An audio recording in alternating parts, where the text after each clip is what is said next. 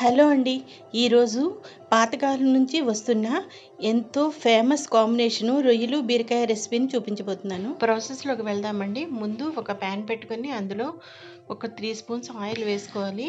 ముందుగానే ఒక half kilo రొయ్యలను తీసుకొని క్లీన్ చేసుకొని దానికి ఉప్పు, పసుపు పట్టించుకున్న ఆ రొయ్యలని ఇందులో వేసుకొని కొంచెం కారాన్ని ఆ రొయ్యలకు సరిపడా వేసుకొని బాగా వేపుకోవాలి. తర్వాత ఇంకొక ప్యాన్ తీసుకొని దాంట్లో ఒక 4 స్పూన్స్ ఆయిల్ని వేసుకొని పచ్చిమిరపకాయలను వేసుకొని బాగా వేపుకోవాలి. అది బాగా చిటపటలాడాక దాంట్లో ఒక పెద్ద ఉల్లిపాయను చిన్న చిన్న ముక్కలుగా కట్ చేసుకొని వేసుకొని దీన్ని బాగా వేపుకోవాలి.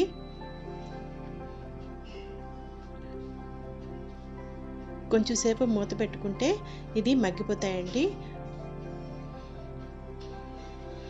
ఇదిగోండి, ఈ విధంగా మగ్గినప్పుడు దాంట్లో కొంచెం ఒక 2 స్పూన్స్ అల్లం వెల్లుల్లి పేస్ట్ని వేసుకొని బాగా ఆ అల్లం వెల్లుల్లి పేస్ట్ పచ్చివాసన పోయేంత వరకు వేపుకోవాలి.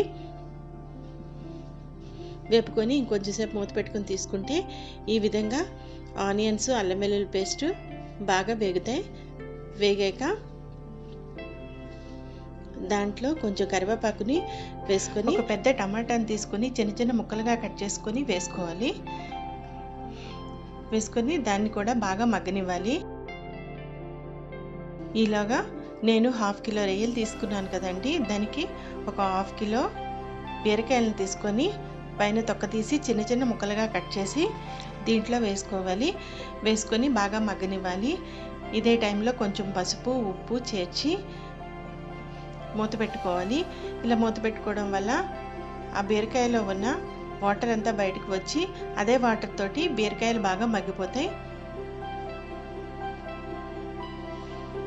బీరకాయలు మగ్గాక అందులో మన టేస్ట్కి తగ్గట్టు కారాన్ని వేసుకోవాలి. మనం ఆల్రెడీ రొయ్యల్లో వేసాం కాబట్టి చూసి వేసుకోవాలండి. కారాన్ని వేసుకొని బాగా కలుపుకున్నాక అందులో మనం ఆల్రెడీ వేపుకున్న రొయ్యలు ఉన్నాయి కదండి, ఆ రొయ్యల్ని ఇందులో వేసుకోవాలి. ఇలా మనం ముందు రొయ్యలను వేపుకొని ఇలా ఈ కర్రీలో కలుపుకోవడం వల్ల మనకి కర్రీ నీచు వాసన రాకుండా ఉంటుందండి. అందువల్లనే అలా నేను ఫ్రై చేసుకున్నాను. ఇలా చేసుకుని కొంచెం వేగాక దాంట్లో కొంచెం వాటర్ని యాడ్ చేసుకొని మన హోమ్ మేడ్ గరం మసాలా ఉంది కదండి, మనం ఇంతకుముందు వీడియోలో చేసి చూపించాను. ఆ గరం మసాలాని ఇందులో వేసుకొని ఇంకొంచెం వాటర్ యాడ్ చేసుకుని మూత పెట్టుకోవాలి.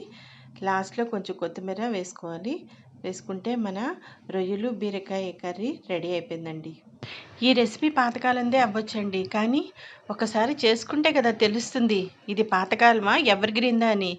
మీరు ఒకసారి ట్రై చేసి లైక్ చేయండి, షేర్ చేయండి, సబ్స్క్రైబ్ చేయండి.